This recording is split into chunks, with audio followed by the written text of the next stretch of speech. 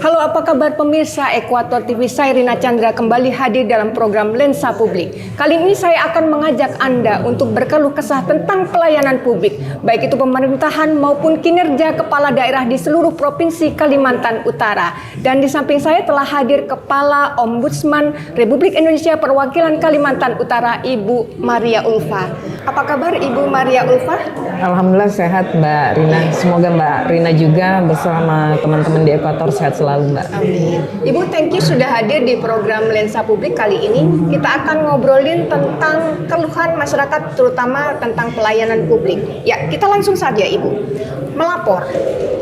Banyak orang yang merasa namanya melapor itu percuma. Ya, namun ternyata negara sudah menyiapkan yang namanya ombudsman sebagai wadah untuk melapor. Apa sebenarnya sih ombudsman itu, dan juga ada apa saja yang bisa dilaporkan di ombudsman itu sendiri, Ibu? Iya, baik Mbak Rina. Kalau dibilang melapor ini kan memang ada terkadang keengganan oleh masyarakat, namun di sisi lain juga para penyelenggara juga ada kekhawatiran kalau dilaporkan. Nah, Ombudsman sendiri merupakan lembaga negara yang mengawasi penyelenggaraan pelayanan publik. Karena Ombudsman ini menyelenggarakan bentuk-bentuk pengawasan, maka masyarakat diharapkan jika memang ada hal-hal yang tidak sesuai menurut mereka, kenyataan di lapangan ya, ketika bermohon layanan, itu dapat menyampaikan laporannya atau pengaduannya ke Ombudsman. Namun memang harapannya sebagai pengawas penyelenggara pelayanan publik, sebagaimana juga Undang-Undang 25 tahun 2009 tentang pelayanan publik, harapannya para penyelenggara atau instansi penyelenggara layanan publik ini sudah memiliki unit pengelolaan pengaduan pelayanan publik. Jadi ketika misalnya ada masyarakat yang merasa bahwasanya layanan yang diberikan ini nggak sesuai dengan ekspektasi yang mereka harapkan, kenyataannya berbeda, terbalik, maka seharusnya diberikan ruang untuk mengadu oleh instansi tersebut, penyelenggara tersebut. Nah, apabila memang penyelenggara tersebut tidak menanggapi atau kurang responsif lah dalam waktu beberapa hari ya terhadap laporan masyarakat tersebut, maka masyarakat tersebut dapat melapor ke Ombudsman, Mbak Rina. Kurang lebih seperti itulah ya, peran Ombudsman ya, fungsi Ombudsman.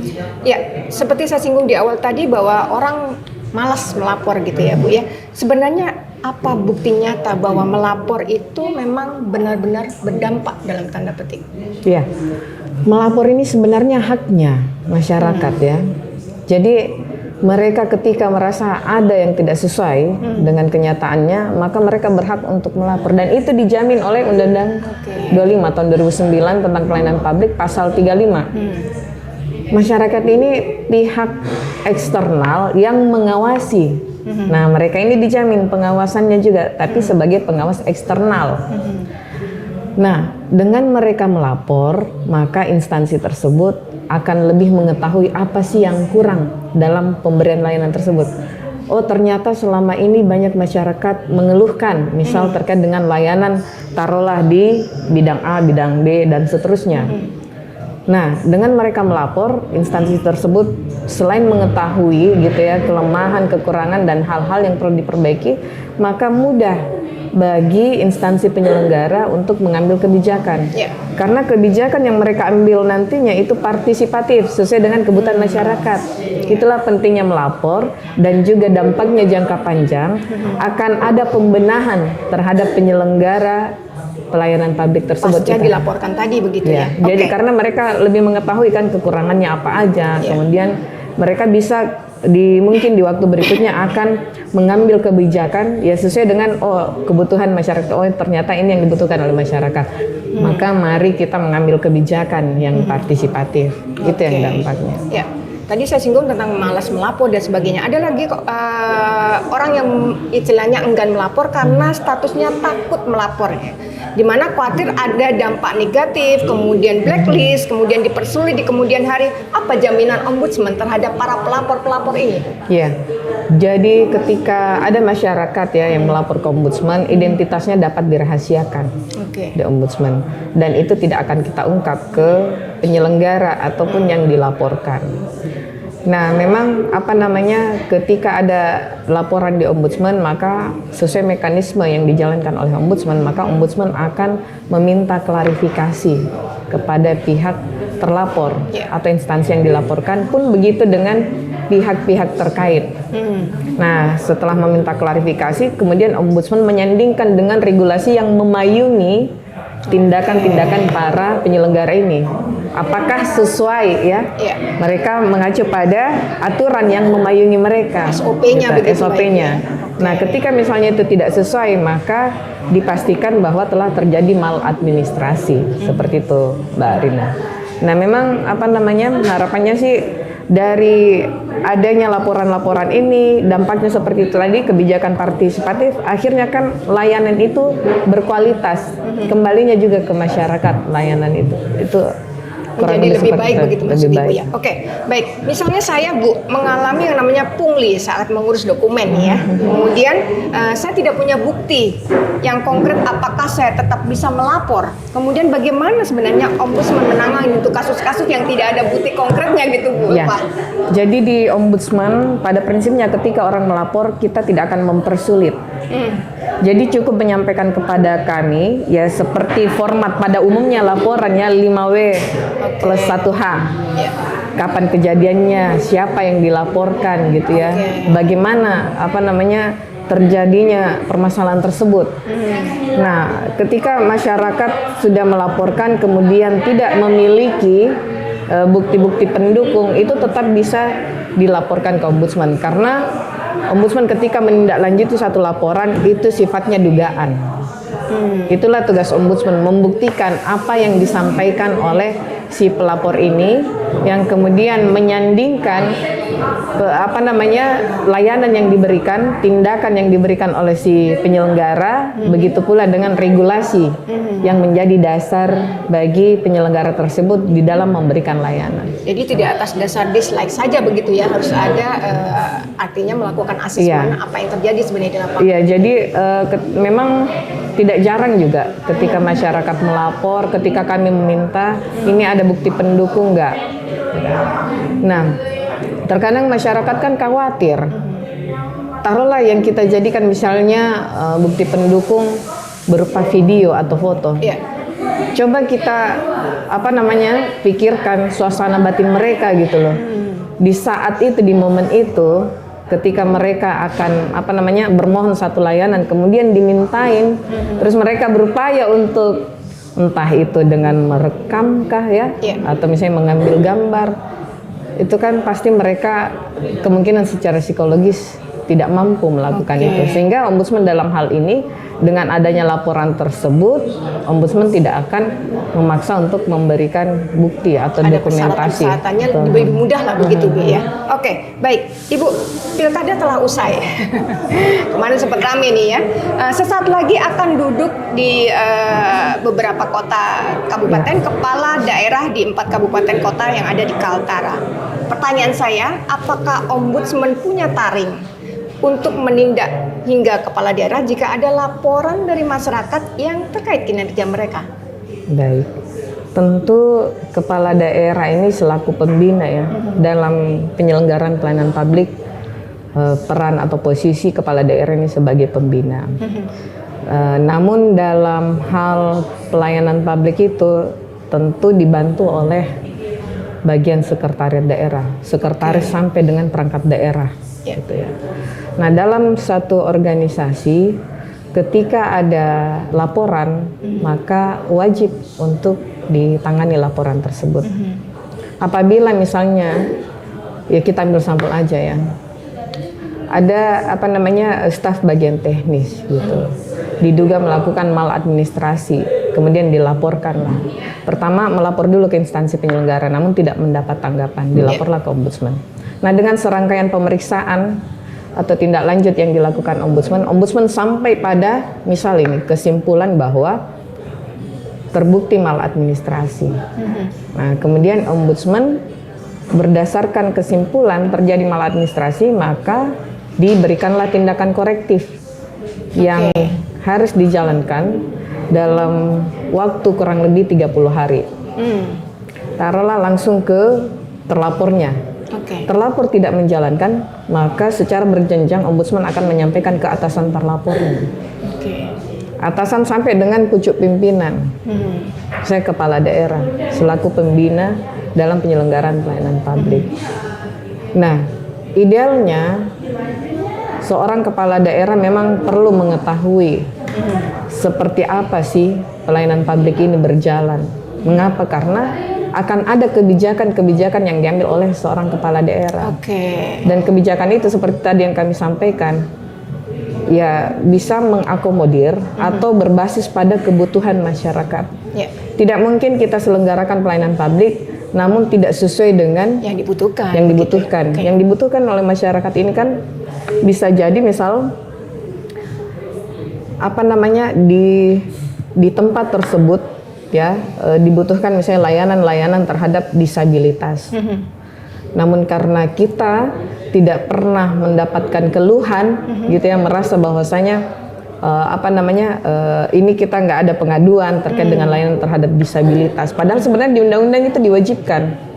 Karena layanan terhadap seluruh unsur itu harus setara gitu, tidak diskriminatif.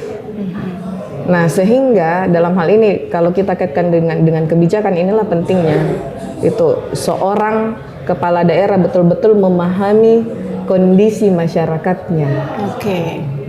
Ya, jadi kita masyarakat di luar nggak usah takut, lapor saja ke ombudsman bila ada permasalahan terkait pelayanan publik yang mungkin agak sedikit membuat masyarakat kurang puas begitu ya. Baiklah, kita berlanjut ke pertanyaan berikutnya, Ibu. Kebanyakan orang berpikir bahwa ombudsman hanya menangani masalah instansi, pemerintahan, sejenisnya begitu ya. Padahal sejatinya layanan daripada ombudsman ini juga ke publik, artinya sektor swasta begitu. Nah, seperti rumah sakit, kemudian perbankan dan sebagainya. Sejauh mana ombudsman Kaltara sendiri bisa menindak keluhan di sektor ini? Ya. Memang penyelenggaraan pelayanan publik ini tidak bisa kita lihat secara sektoral ya, hanya dari sisi pemerintah saja. Mengingat bahwa pemerintah ini memiliki mitra, yang terkadang mitranya bukan hanya di sektor pemerintahan saja, tetapi ada juga dari sektor swasta. Nah, dalam hal ini sektor swasta yang menjadi mitra pemerintah seharusnya juga betul-betul memahami penyelenggaraan pelayanan publik. Mengapa? Karena ketika pihak swasta ini menjadi mitranya, maka kedudukannya setara. Maksud kami setara begini, ketika sektor swasta ini berhenti ya mensupport pemerintah di dalam penyelenggaraan pelayanan publik, bisa jadi tidak berjalan pelayanan tersebut. Nah, ini yang perlu kita perhatikan, pentingnya poinnya di sini. Sehingga dalam hal ini sektor swasta tidak bisa menafikan hal tersebut, bahwasanya ketika sektor swasta ini menjadi mitra pemerintah dalam penyelenggaraan pelayanan publik, maka kedudukannya setara sebagai penyelenggara pelayanan publik. Terlebih dalam hal yang seperti Mbak Rina sebutkan tadi, layanan dasar ya, seperti misalnya rumah sakit atau bahkan pendidikan yang diselenggarakan oleh pihak swasta. Karena ada amanah konstitusi di dalamnya.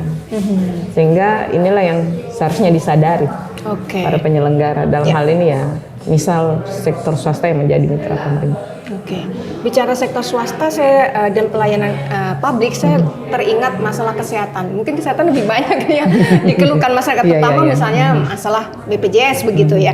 Bisa dijelaskan tidak Ibu, pengalaman Ombudsman Kaltara, bagaimana satu laporan bisa membawa perubahan besar begitu ya terhadap banyak orang? Iya, ini kaitannya dengan substansi kesehatan. Ya, kesehatan. Kita ambil poin itu aja, substansi kesehatan. Kita tidak dapat menafikan ya. Terkadang memang ada celah regulasi. Tapi celah regulasi itu bisa jadi diketahui pada saat nanti ada masyarakat yang melapor. Dan mungkin berulang dan jumlahnya banyak mengalami hal tersebut. Baru kemudian misalnya ombudsman melakukan serangkaian pemeriksaan, barulah ketahuan, oh ternyata ada celah regulasi, ada yang nggak diatur maksud kami. Dan akibat tidak diaturnya ini akhirnya berdampaklah pada pengguna layanan. Ada kekosongan layanan. Celah regulasi ini bisa jadi memang tidak diatur atau bisa jadi ada saling lempar kewenangan. Itu yang sering terjadi ya Bu ya? Bisa jadi seperti itu, ya, dan tidak jarang itu terjadi. Nah, ketika itu yang kami maksud, oh ternyata ada celah di sini, celah regulasi yang menyebabkan celah saling lempar kewenangan sehingga layanan itu tidak berjalan. Karena masing-masing merasa, oh ini bagiannya atau tanggung jawab si A, yang si A juga mengatakan ini tanggung jawab si B. Akhirnya kan terjadi kekosongan, gitu ya? Kekosongan pelayanan. Nah, atas dasar itu kemudian ombudsman bisa saja menyampaikan ke pengambil kebijakan untuk segera mengatur ya kewenangan atau menyusun kewenangan baru agar tidak terjadi kekosongan layanan. Bisa jadi seperti itu. Bisa dikasih sampel Bu, prestasi apa yang pernah dibuat Ombudsman Kaltara untuk konteks sebut saja pelayanan kesehatan begitu ya? Ya, jadi Ombudsman dalam hal ini secara nasional ya.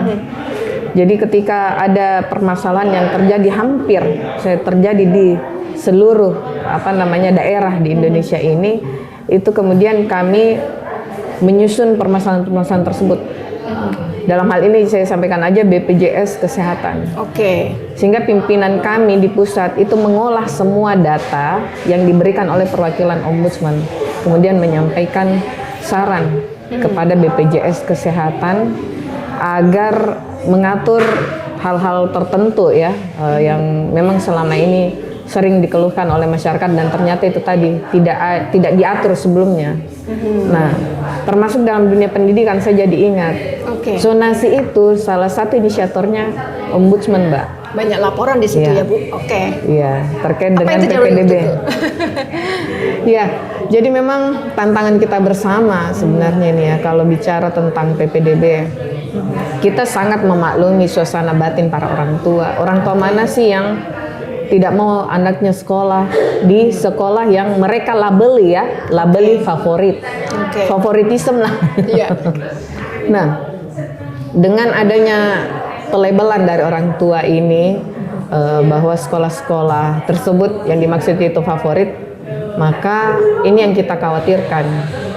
Muncullah segala upaya ya yang menjadi moral hazard orang tua, entah itu dengan melakukan manipulasi, kerjasama dengan oknum penyelenggara, gitu, agar anaknya diakomodir masuk di sekolah yang mereka anggap bagus dalam penyelenggaraan pendidikannya, baik dalam penyelenggaraan pendidikannya. Nah, saya ingat dikarenakan pada saat itu untuk agar terjadi agar tercipta pandangan yang sama ya terhadap kualitas sekolah-sekolah, maka Ombudsman kemudian mendorong supaya dalam PPDB tersebut menggunakan salah satu mekanisme zonasi tersebut. Jadi tidak ada lagi misalnya anak-anak yang taruhlah yang dianggap berprestasi semua berkumpul di satu sekolah ya. Namun begitu pula mungkin dari sisi levelitas ekonomi gitu loh, background ekonominya. Nah, dengan adanya zonasi ini harapannya kan pemerataan dalam dunia pendidikan, hak-haknya anak-anak itu sama gitu. Yang tadinya mungkin mereka yang berlatar belakang ekonomi yang menengah ke bawah bisa menikmati sekolah yang pada saat itu misalnya dianggap favorit dan juga berkelas, dan juga berkelas pada saat itu ya. Jadi akhirnya kan merata, itu harapannya sih. Namun tidak dapat dipungkiri bahwa kembali lagi tadi masih ada saja misalnya orang tua yang melakukan mungkin tindakan-tindakan manipulatif ya, dan juga bekerja sama dengan oknum. Ya, Memang saya jadi ini teringat jadi itu, Bu. tantangan. Seperti yang Bu sebutkan tadi, tindakan manipulatif, karena zonasi, banyak orang tua akhirnya, mohon maaf nih, pindah kartu keluarga. Sementara nitip anaknya ke kakak, mungkin yang lokasinya berdekatan dengan itu. Dan ini memang nyata dan fakta. Kemudian sebagai inisiator, apa yang dilakukan oleh Ombudsman terhadap ya segala sesuatu keputusan pasti mengandung resiko. Betul. Begitu ya.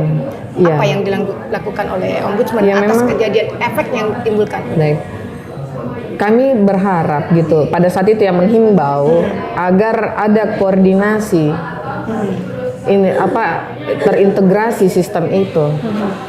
Misalnya dengan Kementerian Pendidikan dengan Kementerian Dalam Negeri, dalam hal ini Adminduk, supaya data yang terintegrasi itu atau sistem yang terintegrasi itu terus dijalankan juga oleh yang ada di daerah ini, misalnya oleh Dinas Pendidikan dan juga Disdukcapil. Oke. Harapannya seperti itu ya, karena biarpun sistem sudah disusun atau dibuat sedemikian rupa, tetapi kalau para pelaksana tidak berkomitmen, ya konsisten dalam menjalankan sistem yang memang tujuannya bahwasanya ada pemerataan, itu tidak akan berjalan dengan baik dan perlu dilakukan evaluasi. Nah, Ombudsman tiap tahun melakukan pemantauan terkait PPDB, penerimaan peserta didik baru atau apalah nanti namanya ya. SNBP gitu ya. Mengapa? Karena itu tadi kami perlu memastikan hak-hak generasi kita, calon peserta didik ini mendapatkan hak yang sama gitu, tanpa ada perbedaan, dan juga para penyelenggara ini patuh pada ketentuan apa yang sudah disusun misalnya dalam Juknis gitu. Harusnya penyelenggara sampai dengan pelaksana yang level teknis itu mengikuti Juknis seperti apa. Nah, disitulah peran Ombudsman ketika momen PPDB memastikan agar hak-haknya para calon peserta didik ini sama. Mereka ketika memenuhi persyaratan ya yang tertuang dalam Juknis, ya harapannya penyelenggara ini tidak melakukan hal-hal yang merugikan calon peserta didik ini. Oke. Di situ peran Ombudsman, Mbak. Ya. Pada saat juga momen PPDB. Di samping Ombudsman berperan, sebenarnya masyarakat sendiri juga tidak memberikan peluang ya, Bu ya. Kadang-kadang pungli itu kan ada tawaran di situ yang akhirnya membuat yang terkait tadi ada terpikir untuk melakukan hal yang tidak diinginkan gitu. Pungli mungkin salah satu ya bentuk moral hazard, atau itu datang dari inisiatif orang tua. Nah, Ombudsman tidak jarang di tiap tahun, bukan cuma di Kaltara, di daerah lain pun Ombudsman itu menyarankan ketika ada anak yang sudah diterima di satu sekolah dan ternyata tidak memenuhi syarat dan ketentuan sehingga merugikan hak peserta didik lainnya, maka Ombudsman meminta agar anak tersebut dikeluarkan dari sekolah tersebut. Iya, memang jadi pada kondisi existing ya, jadi dilematis bagi kita.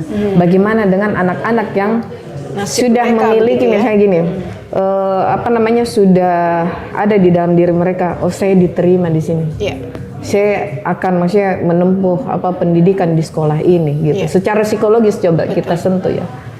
Namun dikarenakan itu tadi ternyata setelah diverifikasi ya ternyata ada kecurangan datanya ya tidak sesuai atau tidak mengikuti Juknis lah, sehingga ya kami minta dikeluarkan. Mengapa? Karena posisinya bagaimana dengan anak peserta didik lainnya ini yang tidak masuk di sekolah tersebut. Jangan hanya memikirkan yang anak yang ini yang telah lulus ini, ya? Tetapi ternyata kan di awal kita sudah halangi haknya anak lain gitu. Namun kami meminta juga kepada bukan hanya kepada Dinas Pendidikan atau Satuan Pendidikan, juga begitu kepada orang tua. Ya pilihkan alternatif lain sekolah anaknya agar tetap mendapatkan haknya bersekolah untuk meneruskan begitu. Baik. Saya kembali ke soal laporan lagi nih, Bu. Kadang kita ragu apakah keluhan kita itu layak dilaporkan atau tidak. ada tidak standar acuan sederhana aja dari ombudsman yang bisa dijadikan pegangan buat masyarakat untuk menentukan bahwa jenis laporan saya ini pantas untuk dilaporkan begitu. Kira-kira apa, Bu? Baik, tidak semua memang masyarakat langsung memahami gitu. Iya. Bagaimana mekanisme melapor. Ya tentu kami perlu sosialisasi ya. Iya. Nah, masyarakat kami harap ketika yang jadi indikasi sederhananya ketika mereka merasa ada layanan yang jelas-jelas misalnya mereka ke instansi pemerintah. Sudah jelas, oh ini pemerintah yang selenggarakan. Oke. Mereka kemudian ke sana bermohon layanan. Indikator sederhananya aja ketika mereka merasa oh ini tidak sesuai dengan misal ya persyaratan yang dipajang di situ. Jadi setiap penyelenggara layanan Mbak Rina wajib memajang atau menginformasikan kepada pengguna layanan berkaitan dengan standar pelayanan publik, seperti misalnya persyaratan terkait misalnya satu produk. Ada satu produk misalnya dimohonkan. Nah, satu produk ini untuk mendapatkan produk itu maka si pemohon ini wajib memenuhi persyaratannya. Oke. Nah, poinnya di sini Mbak Rina, masyarakat pun wajib taat pada aturan, ya ketentuan. Karena mereka nggak boleh asal-asalan. Hak mereka itu dibatasi juga oleh hak orang lain. Jangan sampai mereka asal-asal mengajukan, gitu iya, misal mengajukan permohonan terus tidak memenuhi syarat. Oh tidak, saya harus dapatkan produk tersebut. Iya, iya. Misalnya surat keterangan lah ya di satu instansi, saya harus mendapatkan. Sementara persyaratannya dia nggak penuhi. Nah, namun ketika Mbak Rina yang bersangkutan sudah memenuhi persyaratan, ya, saya merasa saya untuk mendapatkan surat keterangan ini saya sudah memenuhi semua syarat, tapi kok tidak diberikan produk tersebut, kenapa tidak diproses? Nah, pada saat itu yang bersangkutan bisa komplain ke instansi penyelenggara tersebut, meminta agar keluhan ini diproses oleh penyelenggara tersebut. Diakomodir begitu ya. Diakomodir. Bila tidak, namun kalau misalnya tidak ya oleh penyelenggara tersebut, maka pemohon ini bisa melapor ke ombudsman. Sederhananya seperti itu aja. Ketika yang bersangkutan merasa sudah memenuhi persyaratan yang diwajibkan, namun penyelenggara tidak memproses, yang bersangkutan bisa komplain dulu, tidak ditanggapi ya, sederhananya gitu. Kurang lebih dalam waktu misalnya 14 hari, maka yang bersangkutan bisa melapor ke ombudsman. Di situ laporan ombudsman dapat dimanfaatkan oleh masyarakat. Oke, baik Bu, kesalahan apa sih sebenarnya yang dilakukan masyarakat saat melapor ke ombudsman? Apakah berdampak terhadap laporan tersebut tidak bisa atau sulit ditindaklanjuti? Jadi kenapa sebuah laporan itu terhenti begitu, tidak berlanjut?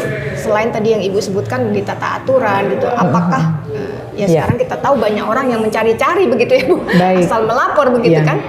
Ombudsman juga berusaha senantiasa objektif ya Mbak Rina ketika ada laporan yang masuk di ombudsman. Tentu harus memenuhi syarat dulu. Seperti tadi yang kami sebutkan, bahwa yang bersangkutan ini, si pemohon ini sebelum melapor ke ombudsman, itu salah satu syarat sebenarnya Mbak Rina. Ketika akan menyampaikan laporan ke ombudsman, telah melapor ke instansi terlapor tersebut sebelum ke ombudsman. Namun dalam case tertentu itu bisa tidak dijalankan dilakukan oleh si pemohon. Dikarenakan itu tadi, jangan sampai si pemohon ini akan mendapatkan tindakan-tindakan intimidasi gitu. Atau misalnya ada ancaman lah terhadap dia, itu bisa langsung ke ombudsman. Namun kamilah yang akan menganalisa ya, mempelajari. Apakah benar yang disampaikan ini, bahwasanya jika yang bersangkutan ini komplain ke instansi terlapor, maka akan ada upaya intimidatif. Nah, seperti itu. Kemudian yang kedua yang kami maksud objektif, tadi sempat kami jelaskan juga bahwasanya setiap penyelenggara memiliki kewajiban untuk menyediakan ruang pengaduan ya, atau unit pengelolaan pengaduan. Nah, ketika misalnya pemohon tersebut menyampaikan ke ombudsman dan ternyata laporan tersebut sementara proses di instansi penyelenggara gitu loh, dan menurut ombudsman ini masih dalam tenggat waktu yang wajar, maka ombudsman bisa menolak laporannya. Masih itu dalam proses penyelesaian. Karena sudah dilaporkan Ombudsman di melihat instansi bahwa terkait iya. gitu ya. Nah, seperti itu Mbak Rina. Oke, baiklah. Pertanyaan terakhir untuk Ibu, jika ada pemirsa di rumah yang punya keluhan bagaimana cara paling cepat dan mudah untuk melapor ke Ombudsman Kaltara, dan bagaimana hanya dengan pelaporan yang hanya lewat media sosial? Mungkin Ibu bisa sampaikan kepada para pemirsa Ekuator TV yang menyaksikan tayangan ini. Baik Mbak Rina, harapannya para pemirsa Ekuator TV ataupun masyarakat secara umum ya, ketika merasa bahwasanya ada layanan yang tidak sesuai dengan yang diharapkan lah, sederhananya gitu, maka cara akses cepat untuk melapor di Ombudsman bisa melalui WA pengaduan Ombudsman melalui nomor 0811-274-3737 atau IG Ombudsman RI Kaltara. Insya Allah staf kami atau pengelola medsos kami cepat menanggapi jika ada aduan ataupun konsultasi ke Ombudsman. Ya. Jadi mudah-mudahan bagi mereka yang takut melapor bisa memanfaatkan media sosial dan WhatsApp, tidak harus langsung datang ke kantor Ombudsman, begitu mungkin Bu ya. Iya. Ya. Jadi memang harapannya juga Mbak Rina, masyarakat ini kan seperti tadi kami sampaikan, masyarakat adalah pengawas eksternal. Ketika saudara-saudara kita di luar sana merasa ada layanan nggak sesuai, jangan khawatir, jangan ragu untuk menyampaikan komplain, keluhan ke instansi tersebut. Karena dengan adanya keluhan tersebut, maka instansi juga merasa bahwasanya ternyata selama ini ada hal yang perlu diperbaiki. Jadi saya rasa tidak ada ruginya kalau masyarakat komplain ke penyelenggara sebelum melapor ke Ombudsman, agar penyelenggara tersebut juga mengetahui bahwasannya ternyata ada kekurangan di layanan mereka. Dan untuk bahan evaluasi perbaikan lebih baik lagi begitu ya. Oke, Bu Maria Ulfa, thank you. Perbincangan kita intensif hari ini. Mudah-mudahan apa yang Ibu sampaikan bisa menginspirasi teman-teman di luar yang ingin melapor, segera melapor, dan jangan takut bahwa kerahasiaan informasi Anda dan data Anda akan dijamin oleh Ombudsman. Ya, pemirsa Ekuator TV dimanapun Anda berada, demikian tadi perbincangan kita dengan Kepala Ombudsman Republik Indonesia Perwakilan Kalimantan Utara, Ibu Maria Ulfa. Dan bagi Anda yang punya permasalahan, jangan berhenti permasalahan itu hanya sebatas warung kopi. Saatnya Anda melapor, kawal, dan jadilah bagian dari perubahan. Saya Rina Canda, terima kasih telah menyaksikan Lensa Publik di Ekuator TV. Salam.